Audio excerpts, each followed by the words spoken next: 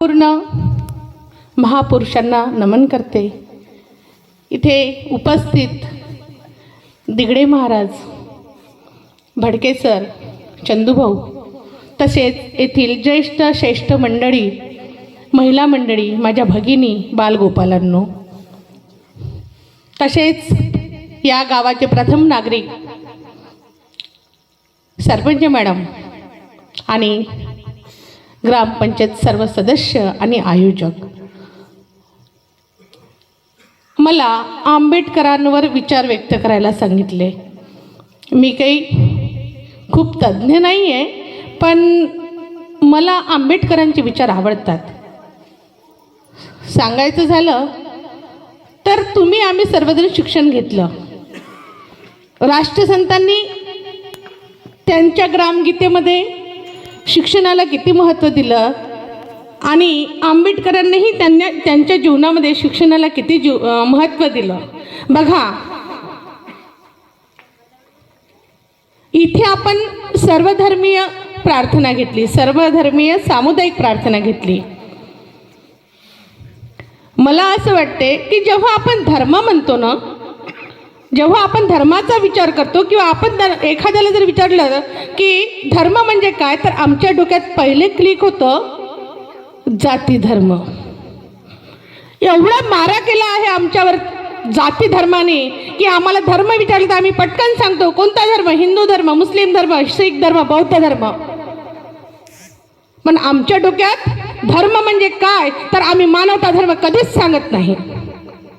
आणि राष्ट्रसंतांना, आंबेडकरांना हा जाती धर्म नको होता, तर त्यांना फक्त मानवता धर्म हवा होता। हे धर्म कोणी निर्माण केले आहे? आम्ही निर्माण केलेले आहे, मानवाने निर्माण केलेले आहे। घ्या तुम्ही एका बौद्ध धर्माचा व्यक्ती, घ्या तुम्ही एका कुणबी हिंदू धर्माचा व्यक्ती आणि दोघांना एक कापा।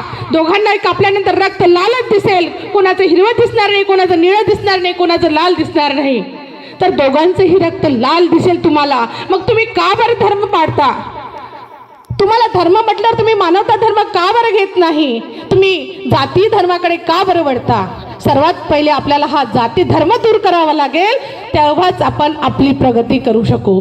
राष्ट्रसंत त्यांच्या ग्रामगीतेत सांगतात, व्यक्ती धर्म, कुटुंब धर्म, समाज धर्म, गाव धर्म, प्रगत होईल राष्ट्रधर्म प्रगतीपथाचा। राष्ट्रसंतांना सुद्धा हाच धर्म मान्य होता, त्यांना मानवता हाच धर्म पाहिजे होता। पण आम्ही तो मानवता धर्म विसरलेला आहे आणि आम्हाला कोणता धर्म आम्ही धर्म म्हटलं की आमच्या डोक्यात काय क्लिक होतो? जाती धर्म। पहिले हे जाती धर्म नष्ट करा आणि मानवतेचा स्वीकार करा। आम्ही एका जातीचा आहे, कोणती जात आहे ती? आमची फक्त मानव ही जात आहे। आमची कुणबी, मराठा किंवा आमची तेली, माळी, बौद्ध ही जात नका सांगू। पहिले तुम्ही या जातींना विसर पाडा आणि नंतर तुम्ही कोणाचाच पहिले मानवता जातीचा स्वीकार करा, तरच तुम्ही मानवता जात सांगू शकाल। आणि आंबेडकरांनाही हे अपेक्षित होतं।